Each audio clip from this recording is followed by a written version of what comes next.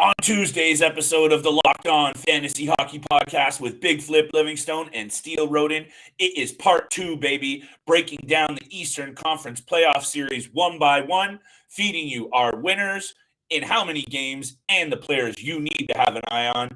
It is money stacking season, baby. Playoffs are here. Let's ride.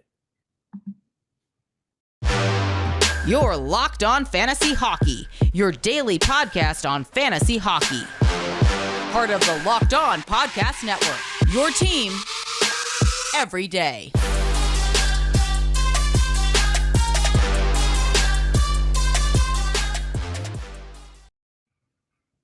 Party people, hockey heads, and degenerate gamblers unite and stand up. This is your show. It is the Locked On Fantasy Hockey Podcast with Steele Roden and Big Flip Livingstone. Thank you for making us your first listen every single day, all the way through the playoffs too. We will be here breaking down series, games, nightly bets. On today's episode, though, we are continuing our breakdown of predictions for every single first-round playoff series. This is the Eastern Conference edition. Steele and I will be feeding you our winners and in how many games for each series. And, of course, some players that you need to keep your eye on if you're playing some playoff fantasy. Make sure you tune in all the way through the playoffs. You can find us everywhere you find your favorite content. Steele and I are still on the road, baby. This is the hotel special. Steele's down south in old Mexico. I'm in the US of A, and we're still doing what we do, feeding you some picks, feeding you some winners. Steele, let's do it, baby. Eastern Conference. I don't know where you want to start. I'm going to throw it right at the top of the board with the Florida Panthers, Washington Capitals series. Let's get into it. Yeah, I think that's where we have to start again, just like for the Western Conference. Florida Panthers, this is one actually, to me, is a little tougher than I think a lot of people think it is. Mm-hmm. I have the Florida Panthers in 6 games. I was going to put 5, but I think the Washington Capitals are a little bit better than people are giving them credit for. I think the real discussion, the real problem is, who they're going to go with in the crease and how well are they actors. Because to me, Vanacek and Samsonov have just not been those guys for Washington. I think Vanacek is a little bit better than Samsonov, and he still needs a couple more years to develop, get a little bit bigger, just overall get his game to where he needs to be at for a playoff series. Yep. I think the Washington Capitals can still win 2 games. Hopefully Alex Ovechkin is, fully healthy and ready to go, but they still have some really good guys out there. Kuznetsov, TJ Oshie, John Carlson on the back on the blue line, Tom Wilson as well. They've got some great depth forwards and their bottom 6 that they can really use for a grittier physical game. But of course, going up against the top scoring team, the best team in the Eastern Conference, we've talked about Florida so much and how well and how spread out and even everything is in their top 4 or in their forward core. Hopefully Aaron Ekblad is ready to go for game 1 of this series as well. But their blue line is a lot better than the Washington Capitals for that fact too. And then Sergei Bobrovsky and Spencer Knight. I do really like Sergei Bobrovsky in this series, but I'm giving Washington 2 games because we know that, sometimes there's flukes out there with his game that Bobrovsky still needs to work on. Yep. I've got the Florida Panthers in 6 games here. Okay. Where you thinking about this one? There's something to this series for me, Steele, that Florida has obviously everything going for them, right? Yeah. Additions ahead of the trade deadline, some really, really great seasons from a number of players. I don't even need to talk about my favorite piece of this team. It's that third line. They're balanced, right? They're balanced. But what comes down to it, Steele, this is a team that got bounced in the qualifying round 2 years ago by the New York Islanders in convincing fashion, 3-1. Bounced last year in the first round as well. I know it was Tampa, only managed 2 wins. There's something to be said about the experience, confidence, and, group in Washington up against this Florida Panthers team that hasn't done it together yet. So I think so many people are saying sweep. So many people are saying 5. I love that you're giving Washington some credit here because I really do think they can make a series of this. I think the Florida Panthers are too good to lose a 7-game series. I say Florida in 7. I think this is going to be a bit of a bloodbath kind of series, but it all comes down to the two players you mentioned. If Florida doesn't have Ekblad back, I'm starting to consider Washington for real. If Washington doesn't have a healthy Ovi, dial that number back for Florida and dial it back down to Florida in 5, because without Ovechkin, I'm just not buying it at all. But you mentioned veteran guys who have been there and done it, who have a cup ring. Oshie, Kuznetsov, John Carlson. These are some elite level talent that you can't ignore. But man, if Florida doesn't have Ekblad again, okay. Washington doesn't have Ovi. I don't know about you, pal, but this series could go south in a hurry for the Washington Capitals, because I just don't think they have a goalie to steal a couple games. They're going to need to play great in front of these goalies, and I mean 200-foot game, baby, because if they're slacking in the Mackin, there's not a good enough goaltender in there to swipe a series, in my opinion. I completely agree, because there's just too much firepower for the Florida Panthers that they can't handle everybody. You know, That's it. You look at on one side, you've got Giroux. The other side, you've got Barkov. In the middle, you got Huberdeau. Duclair's over there. Ekblad's on the point. Montour, Mackenzie Weegar, all these guys. There's just too much firepower that Verhaeghe, Mason Marchment, yeah. Lundell. So many more guys. Sam Reinhart has 33 goals. Sam Bennett. And Sam Bennett. Sam Bennett, too. Like, holy crow. This team is just balanced. So if Ovi doesn't wake up and feel himself, I don't know, man. I think that this is a great series. I'm just fired up in general, Steele. I'm fired up in general. All these series are going to be great. It's a good series. But at the end of the day, Sergei Bobrovsky better figure it out, because this Washington Capitals team is not going to be fazed by going down 1 or even 2 games. You know what I'm saying? They lose 2 in Florida, which I think they will. To me, that series is not over, because going back to Washington, you know that's not going to faze them. This is a team that's been together, and I mean together, for the past number of years. Cup runs, playoff runs out the wazoo.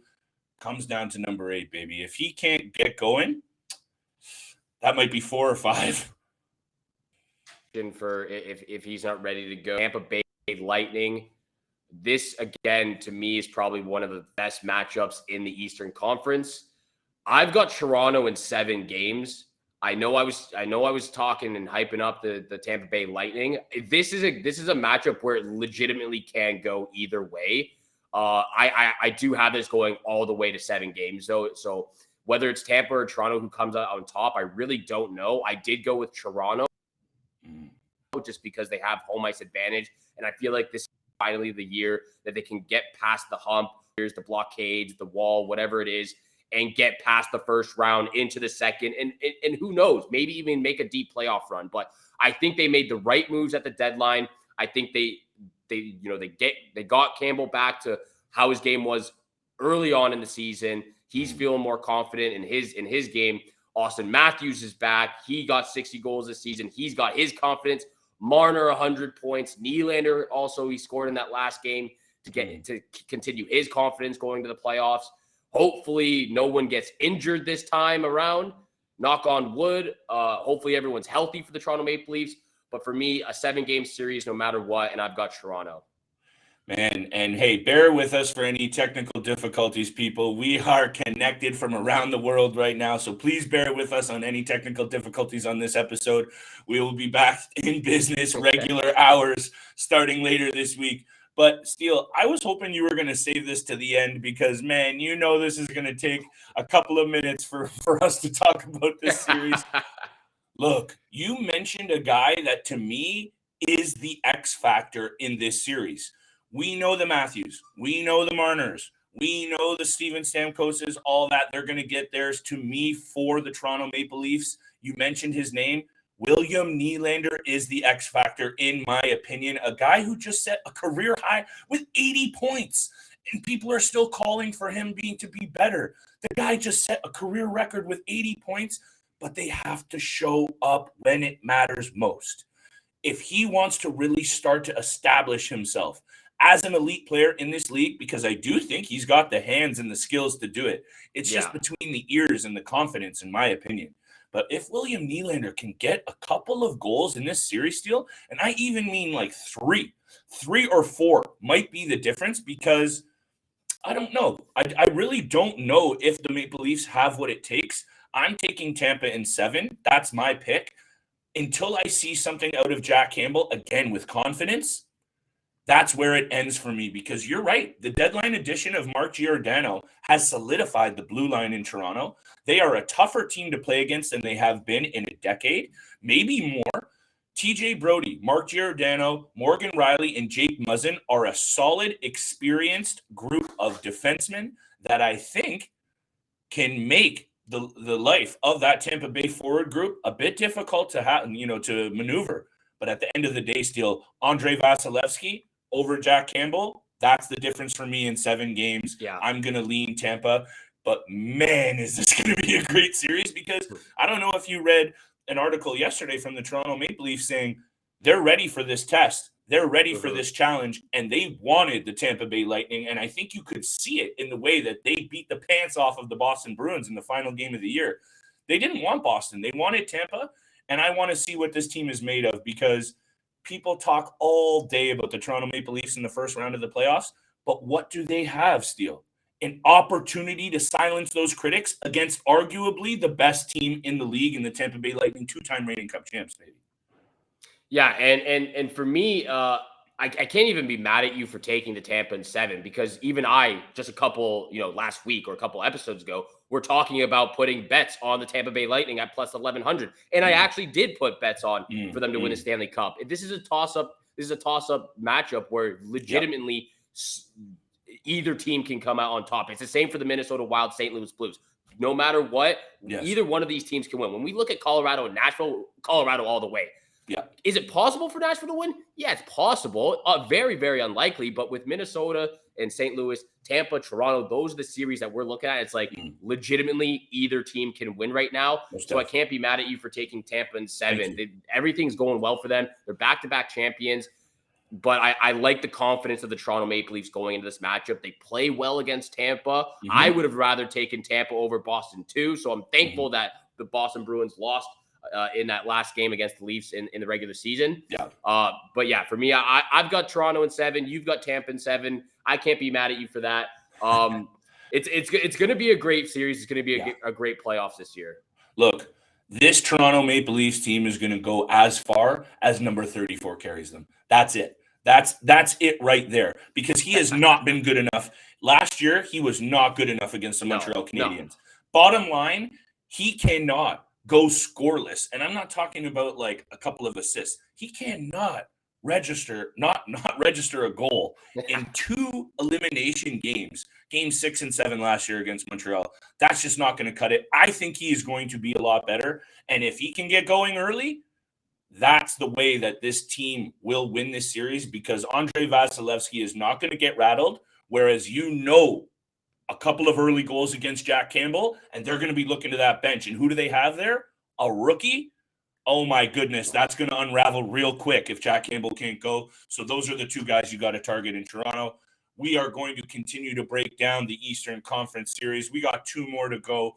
Make sure you stay tuned right around the break, and make sure you are smashing that subscribe button, hitting the follow button. Lots more playoff content, predictions, bets, picks, breakdowns. Steele and I will be here Monday to Friday. Make sure you are tapping in. Make sure you're also tapping into Athletic Greens, a new product that I use every single day to stay healthy and energized. What is it? 1 delicious scoop of Athletic Greens, you're absorbing 75 high-quality vitamins, minerals, whole-sourced food and superfoods, probiotics to help you start your day right. This special blend of ingredients supports your gut health, your nervous system, your immune system, your energy. It helps you recover, focus, and even age with grace, which is something I need. All the things it helps you with. I use it before and after the gym, and honestly, it's great. Right now, it's time to reclaim your health and arm your immune system with convenient daily nutrition. To make it easy, Athletic Greens is going to give you a free 1-year supply of immune-supporting vitamin D and 5 free travel packs with your first purchase. All you have to do is visit athleticgreens.com/NHL Network. Again, that's athleticgreens.com/NHL Network to take ownership of your health and pick up the ultimate daily nutritional insurance. Thank you for making the Locked On Fantasy Hockey Podcast your first listen every day. For your next listen, check out the Locked On Now podcast. Nightly recaps of every NHL game with analysis from our local experts. You don't want to miss out on it. It's free and available wherever you get your podcast, just like this podcast right here. So if you haven't yet, hit the subscribe, hit the follow button, and you'll get the latest episodes of the Locked On Fantasy Hockey podcast as soon as they're available each and every day throughout the week. Let's get right back into the conversation of the Eastern Conference playoff matchups. Let's get to the Metropolitan Division. The Carolina Hurricanes taking on the Boston Bruins. Flip.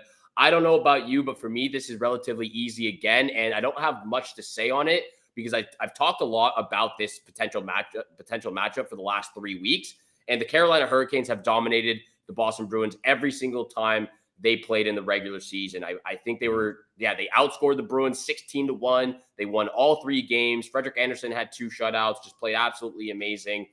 I do, however, have the Carolina Hurricanes winning this series in 6 games. So I'm giving 2 of those wins to the Boston Bruins. And solely based because we know that playoff hockey is just different than the regular season. You can still win games, and we know that the Boston Bruins are a very, very good team. We don't know. I don't know exactly, the details and the analytics of those 3 games they played. Brad Marchand could have been out of the lineup. Patrice Bergeron could have been out of who knows what happened, But anyway, I've got the Carolina Hurricanes in 6 games in this series.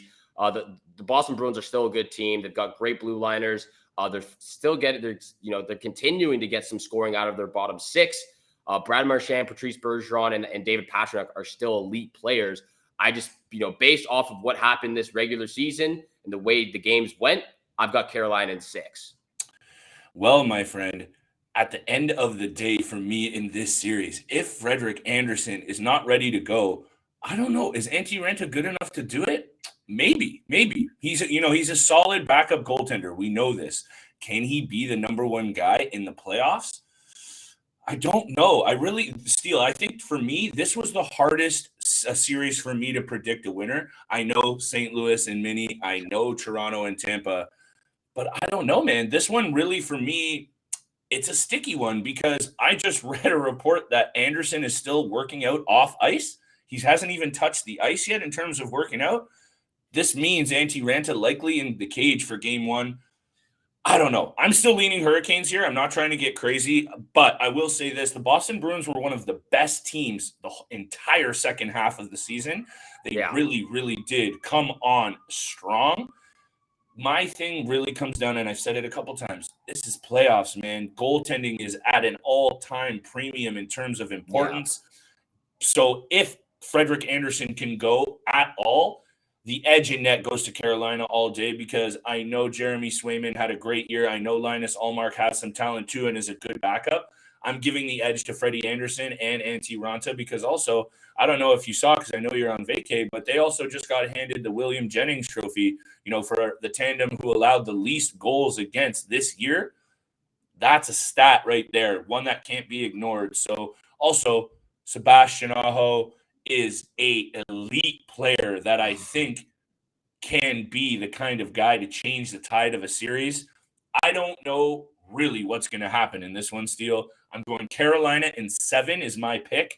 But really, if Freddie can't go, that might – I don't know. I don't know because realistically, he's not on the ice yet. That's concerning.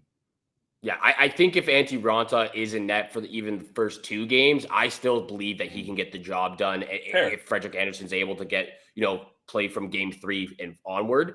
Yeah. I think he'll be able to get the job done. He's been great this season when he is in net or when he gets the starts. But again, you're right. This is probably another tough matchup because it's the Boston Bruins. We know what they're capable of doing. We've seen them do it in the past to really good teams. And, they've won the Stanley Cup back in, 2011, I believe it was, or 2012. Yeah, 2020. I think it was 2011 when they won the Stanley Cup. Somewhere so we know that there. This team over the last decade, they've been one of those juggernaut teams that every single time you go up and face them, they're tough to play against. They get great goaltending and they're tough in the defensive zone. So for me, you're right. Who knows what happens? I've got the Carolina Hurricanes in 6. You've got the Hurricanes in 7. We've got a couple more matchups. We got one more matchup to talk about, but I need to let everyone know about BetOnline.net. They are your number 1 source for all your betting needs and sports info. Find all the latest sports developments, including this year's basketball playoffs and the start of Major League Baseball season, which is in full effect right now.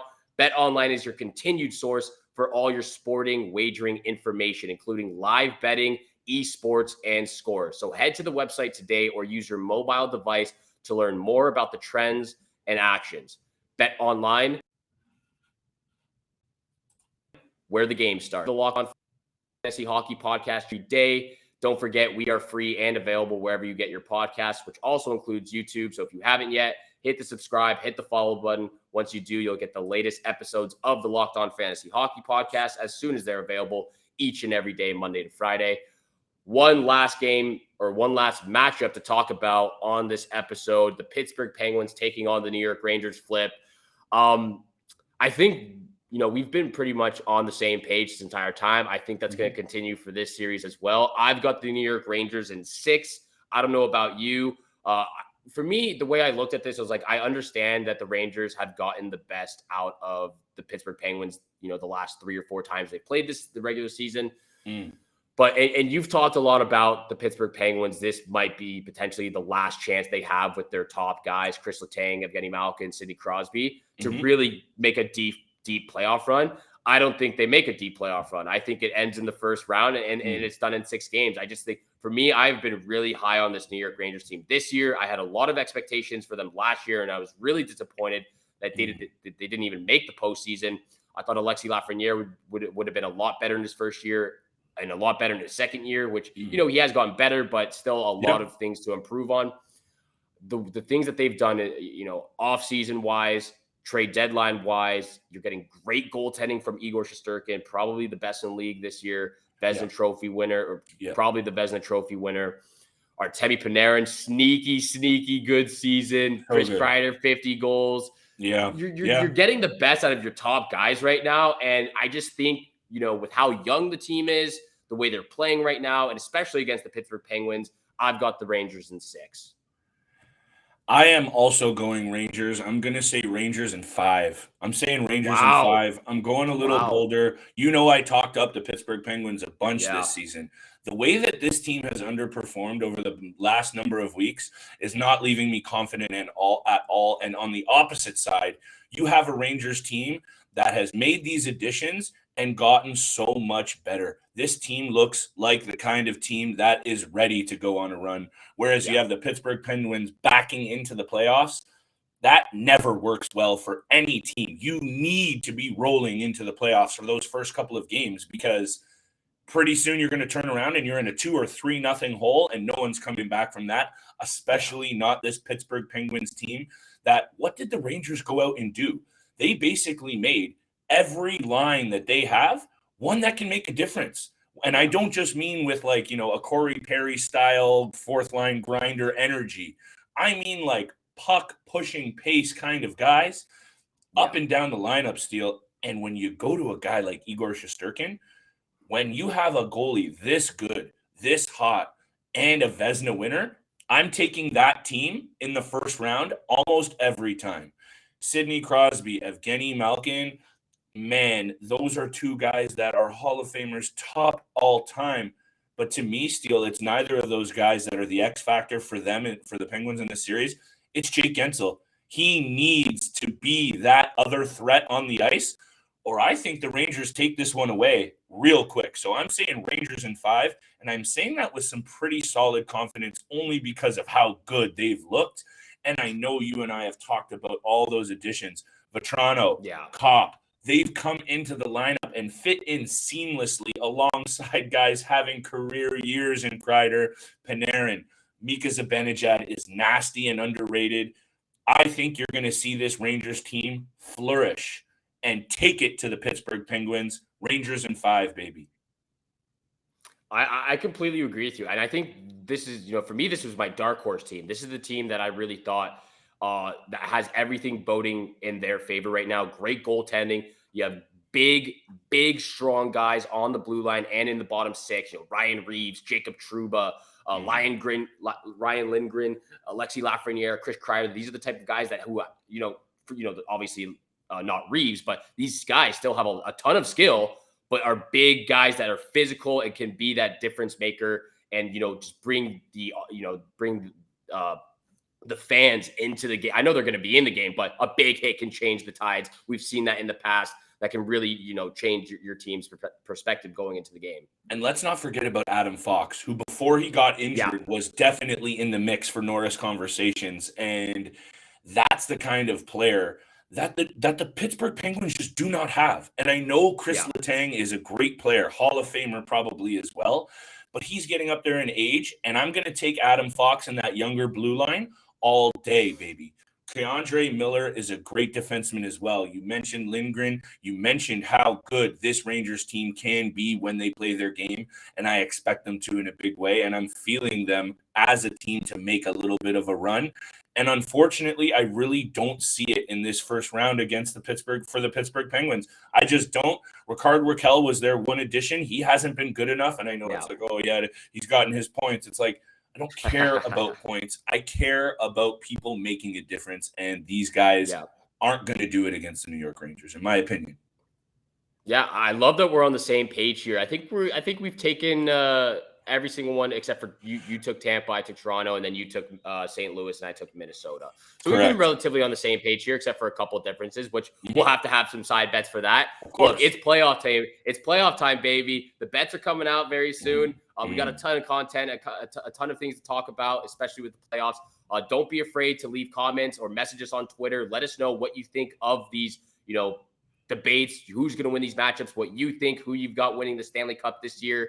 Thank you so much for tuning in for today's episode with Flip and I, making it your first listen every single day. For your second listen to the Locked On Bets podcast, your daily one-stop shop for all your gambling needs. Locked On Bets, hosted by your boy Q with insight from Lee Sterling. It's free and available wherever you get your podcast, just like this podcast right here. So if you haven't yet, hit the subscribe, hit the follow button. Once you do, you'll get the latest episodes, and you don't want to miss out on all the content with the playoffs starting tonight, or starting last night, should I say. Thank you so much for tuning in to today's episode with Flip and I. Have a great day. Good luck with all your bets out there if you made some playoff bets, and we shall see you back here again tomorrow. Peace.